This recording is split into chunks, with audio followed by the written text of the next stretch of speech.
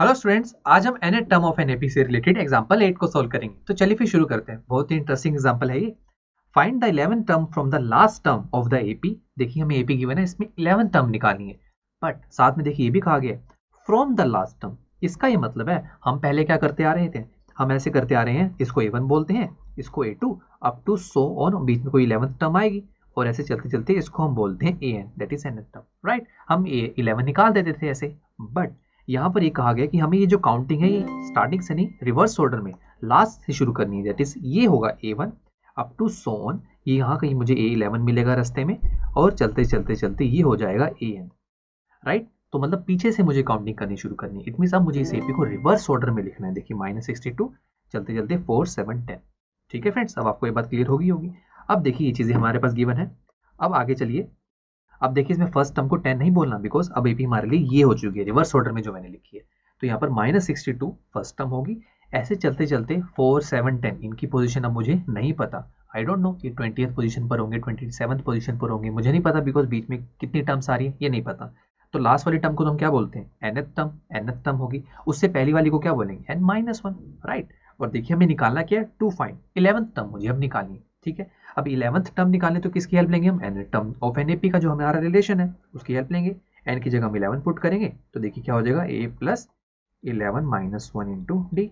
देखिए इसी को मैंने लिखा है, देखिए n की जगह बस मैंने 11 को पुट कर दिया। चलिए अब देखिए यहाँ पर a1 जो फर्स्ट टर्म है एपी में, हम इसी को क्या बोलते हैं a, तो ये तो -62 है। ठीक है, बट d की वैल्यू कैसे निकालें, सोचिए d की वैल्यू कैसे निकालते हैं हम। अगर ये एपी है तो किसी भी टर्म को पिक करते हैं, उसमें से उससे पहली वाली टर्म माइनस करते हैं। तो पिक कीजिए, an को पिक करते हैं, an इसमें से इससे पहली वाली टर्म क्या होगी, a1 नहीं होगी, इससे पहली वाली टर्म होगी n-1, राइट ना। ठीक है, तो an कितना है 10 - 7, तो ये हो जाएगा 3। तो मतलब d की वैल्यू 3 आ गई, a की वैल्यू -62 आ गई। तो अब आप अपने जो ये हमारे पास जो रिलेशन है इसे यूज करके हम a11 निकाल सकते हैं। तो देखिए a11 is equal to -62 plus ये देखिए 11 - 1 ये हो जाएगा 10 और d की वैल्यू कितनी है 3। तो देखिए a11 is equal to -62 plus 30 that will equal to -32। तो देखिए जब हम रिवर्स ऑर्डर में जब हम काउंटिंग शुरू करेंगे तो उसमें से हमें 11th टर्म जो मिलेगी वो होगी -32।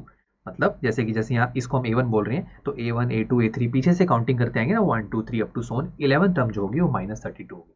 ठीक है फ्रेंड्स, बस तो बहुत ही सिंपल था ये। तो इसमें बस एक ही बात ध्यान रखने वाली थी जो कि थी फ्रॉम द लास्ट टर्म। जब ऐसे बोल दिया जाए तो एपी को रिवर्स कर दीजिए, बाकी चीजें देखिए वही है जो हम करते आ रहे हैं। चलिए अब नेक्स्ट लेक्चर में एग्जाम्पल 9 को सोल्व करेंगे, तो फिर मिलते हैं नेक्स्ट लेक्चर में।